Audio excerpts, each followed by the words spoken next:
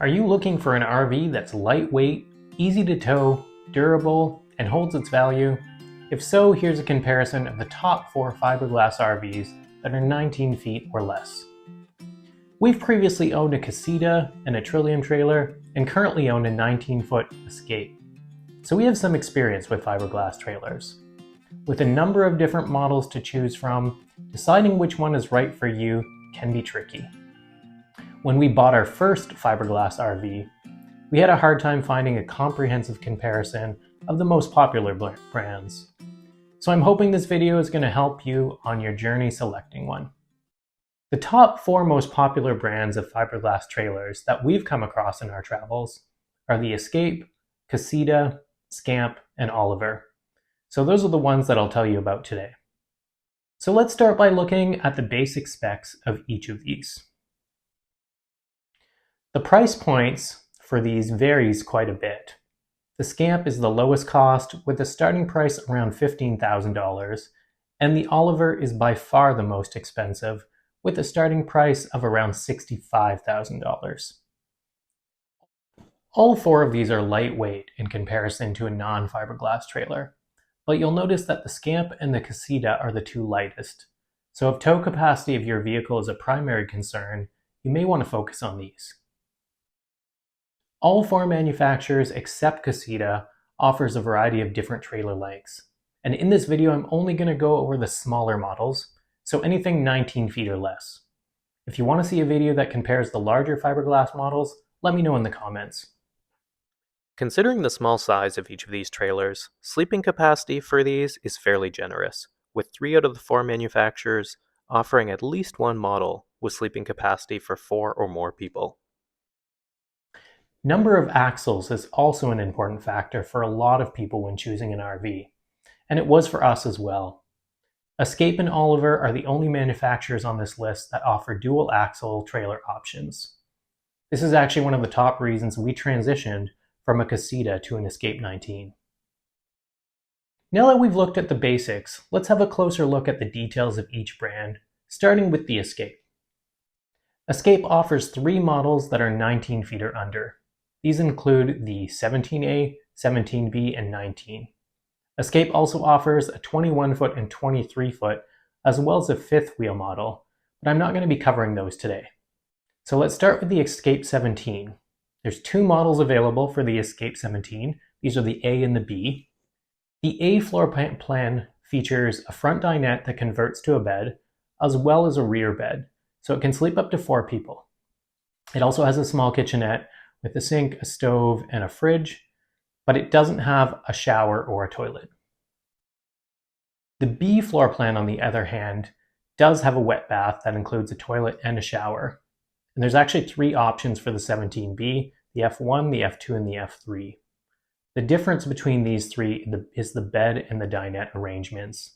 The F1 has 2 dinettes that convert to beds, whereas the F2 and F3 have a permanent bed at either the front or the back, with a dinette that can be also converted to a bed. If you've spent some time in an RV, you know that the dinette that converts to a bed is less comfortable than a permanent bed, and it can also be annoying to have to convert the dinette to a bed every night. So I'd recommend choosing an option that has a permanent bed. Now if we look at the Scamp 19, which is a model I'm very familiar with because that's what we've been traveling in for the last year, the couple extra feet that you get compared to the Scamp 17 gives you some extra pantry space, which we find quite handy for storage. The Scamp 19 also has 2 axles instead of 1, which was a real plus for us. It also has a wet bath with a shower and a toilet. And similar to the Scamp 17, the 19 has an F1 and F2 option, with the difference being again the convertible dinette versus a permanent bed.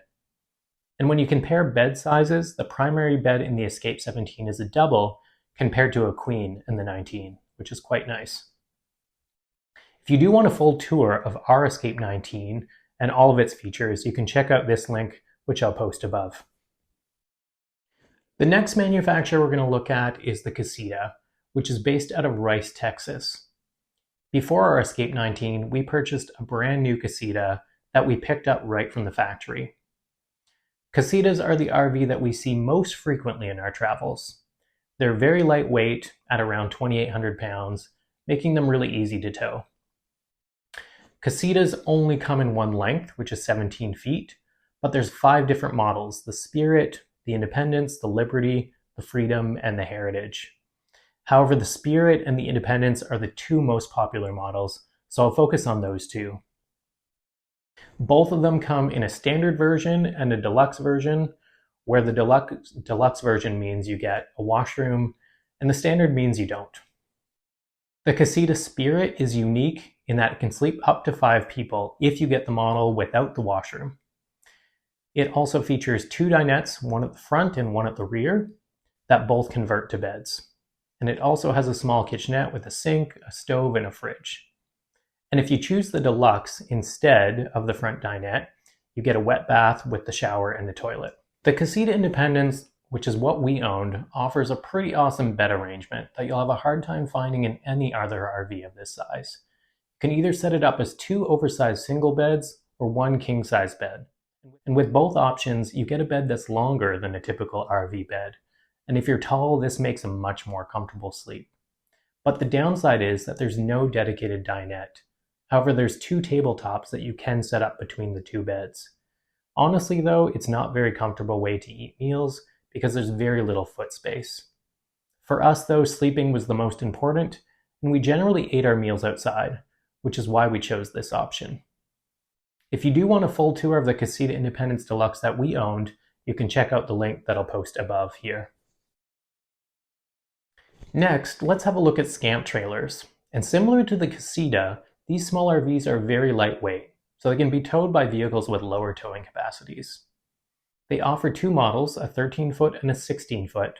They also offer a 19-foot fifth wheel, which I'm not going to touch on in this video. The Scamp 13 is the smallest trailer that we're looking at today. And although we've never owned a Scamp, we did own a 13-foot Trillium, which is very similar. The Scamp 13 offers a rear dinette that converts to a double bed, and it has a variety of layouts that allows you to have a wet bath or a couch at the front of the trailer.